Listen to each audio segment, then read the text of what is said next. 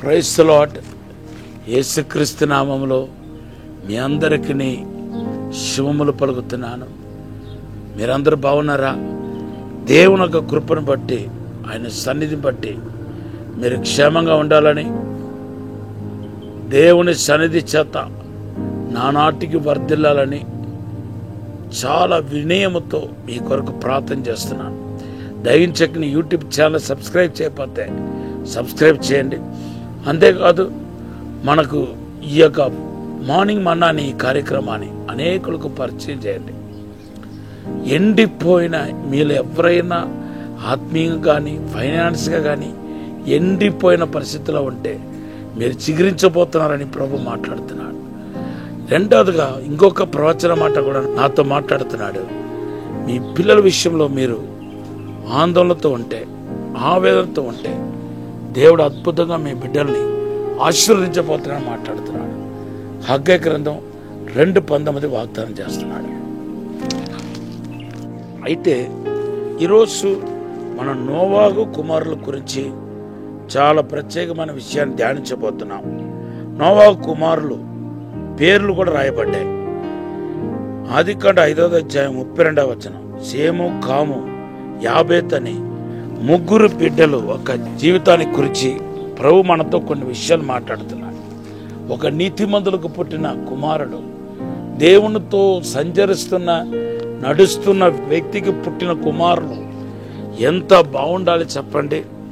పిల్లల్లో లోపాలు కనపడుతున్నాయి.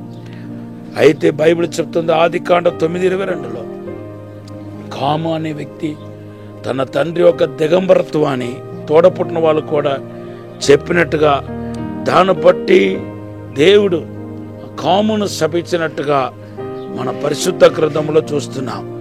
దేవుని బిడ్డలారా, ఇక్కడ మనం నేర్చుకోవాల్సిన ప్రాముఖ్యమైన సత్యం ఏంటంటే, తల్లిదండ్రుల యొక్క లోపాలను బయటికి వెళ్ళి మాట్లాడటం అనేది శాపనార్థమైన కార్యం.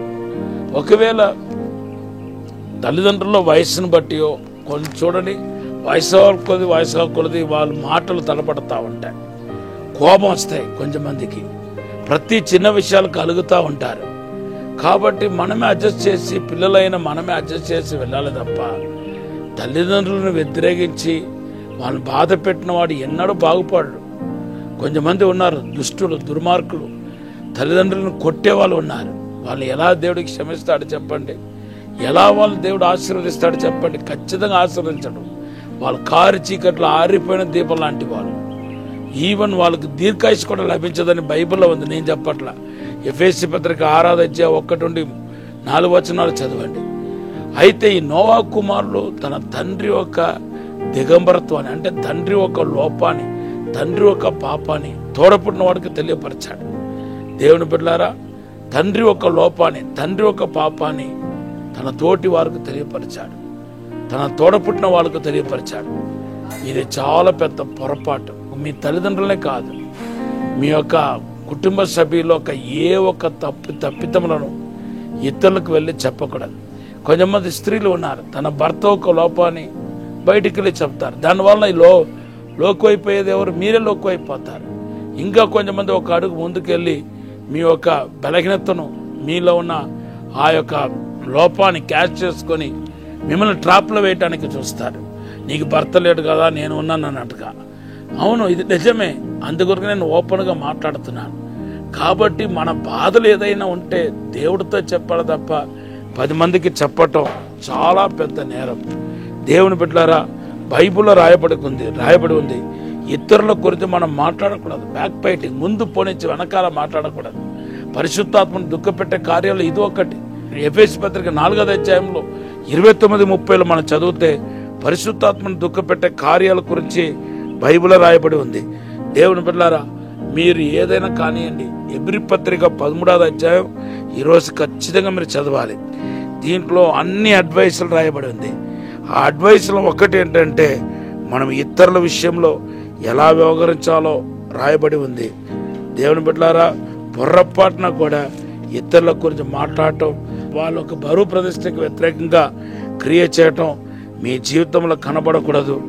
దేవుని బిడ్డలారా, కళ్ళుకు కనపడే మన ఎదుట కనబడే వ్యక్తిని ప్రేమించకపోతే కనబడని దేవుని ఎలా ప్రేమిస్తామని పరిశుద్ధ గ్రంథంలో రాయబడి ఉంది కనుక ఇతరుల గురించి మాట్లాడే ఆ చెత్త బుద్ధిని మానేయండి ఈ రోజునండి.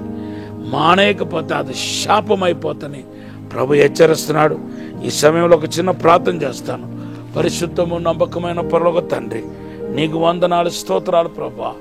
మమ్మల్ని క్షమించి మన్నించి పరిశుద్ధపరిచి అయ్యా మా నాలుకను అదుపులో ఉంచుకులా సహాయం చేయండి ప్రభా. విశేషమైన అభిషేకంతో నింపండి, విశేషమైన ఆత్మతో నింపండి ప్రభా. మీరే తాకండి, బలపరిచి దీవించమని యేసునామములో అడిగి వేడుకుంటున్నాము తండ్రి. ఆమేన్. ప్రభు ఈ మాటను ఆశీర్వదించుగాక.